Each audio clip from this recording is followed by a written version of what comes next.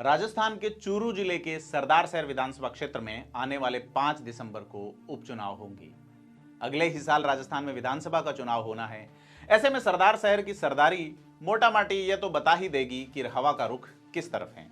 सरदार शहर से 7 बार विधायक रहे भंवरलाल शर्मा के निधन के बाद खाली हुई इस सीट को लेकर भाजपा और कांग्रेस समेत दूसरे राजनीतिक दल अपनी जोर आजमाइश करने को पूरी तरह तैयार हैं। सरदार शहर चूरू जिले में एक ऐसा शहर है जो बस नाम से सरदार हैं। हकीकत में तो वहां सरदार यानी कि सिख मतदाताओं की संख्या नगण्य है। यदि इतिहास को खंगालेंगे तो पता चलेगा कि 1832 में बीकानेर के महाराजा रतन सिंह ने रियासत के युवराज सरदार सिंह के नाम पर एक गढ़ बनाया। महाराजा ने एक नए नगर को बसाने का काम दीवान हुकुमचंद सुराणा को दिया और घोषणा करवा दी कि इस नए शहर में महाजनों से बाच कर नहीं लिया जाएगा।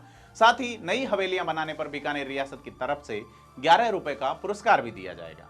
जब धीरे धीरे सरदार शहर बसने लगा तो वहां एक किले की नींव रखी गई और इस जगह का नाम सरदारगढ़ हो गया। धीरे धीरे आज हम इसे सरदार शहर के नाम से जानते हैं।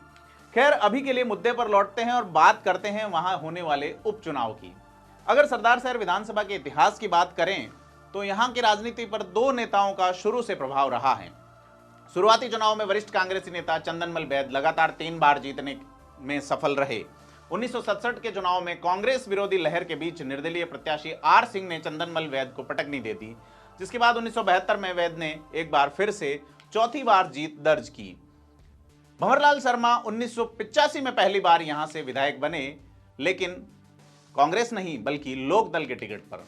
लोकदल के बाद भंवरलाल जनता दल में चले गए और 90 का चुनाव जीत गए। इसके बाद अगले सभी चुनाव भंवरलाल ने कांग्रेस के निशान पर लड़े और कुल 7 बार सरदार शहर के विधायक रहे। भंवरलाल शर्मा के पीछे एक बड़ी राजनीतिक विरासत के साथ ही उनके नाम के क्षेत्र में अच्छी लोकप्रियता, गहरी जमीनी पकड़ है। भंवरलाल शर्मा की इस राजनीतिक विरासत को भुनाने के लिए कांग्रेस उन्हीं के परिवार से किसी को टिकट देकर सिंपैथी कार्ड खेलना चाहती है। लेकिन बताया जा रहा है कि शर्मा के परिवार से भी दावेदार कोई एक नहीं है। ऐसे में सबसे पहले तो कांग्रेस के सामने यही चुनौती होगी कि शर्मा के परिवार में कैसे सामंजस्य बिठाया जाए।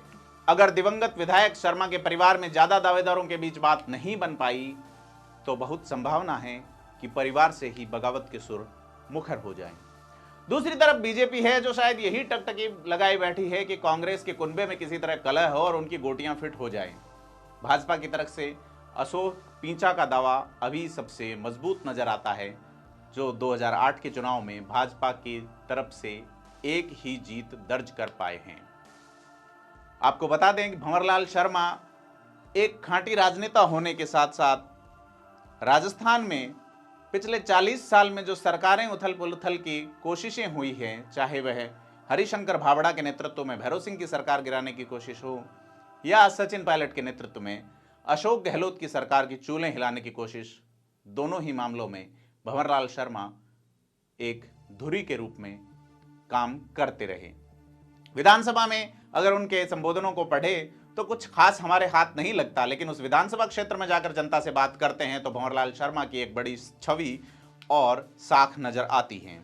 चुनाव से ठीक पहले यह चुनाव कांग्रेस के लिए न केवल साख का सवाल है बल्कि उससे बड़ी भी चुनौती इस बात की है कि वे दिवंगत कांग्रेसी नेता भंवरलाल शर्मा की बड़ी राजनीतिक विरासत और लोकप्रियता को कैसे बरकरार रखें। वहीं दूसरी तरफ भाजपा के लिए यह चुनाव इस बात का लिटमस टेस्ट होगा कि प्रदेश में बदलती राजनीतिक हवा का झोंका सरदार शहर के मतदाताओं तक कितना पहुंच पाया है। लेकिन आंकड़ों की गणित के बीच एक ऐसा समीकरण भी है जो इस उपचुनाव को बुरी तरह उलझा सकता है। अगर 2018 के विधानसभा चुनाव पर नजर डालें तो भंवरलाल शर्मा ने भाजपा के अशोक पींचा को कोई बहुत बड़े मार्जिन से नहीं हराया था। दिवंगत शर्मा ने अशोक पींचा को 16,816 वोट के अंतर से हराया था, लेकिन ये 4 साल पहले की बात है।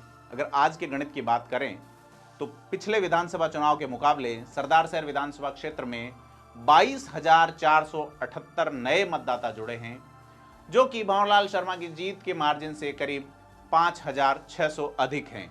और बड़ी बात यह है कि 22,000 से ज्यादा की संख्या वाला यह नया वोटर जिस तरफ गिरेगा उसी तरफ जीत की समीकरण बहुत ज्यादा बढ़ जाएंगे।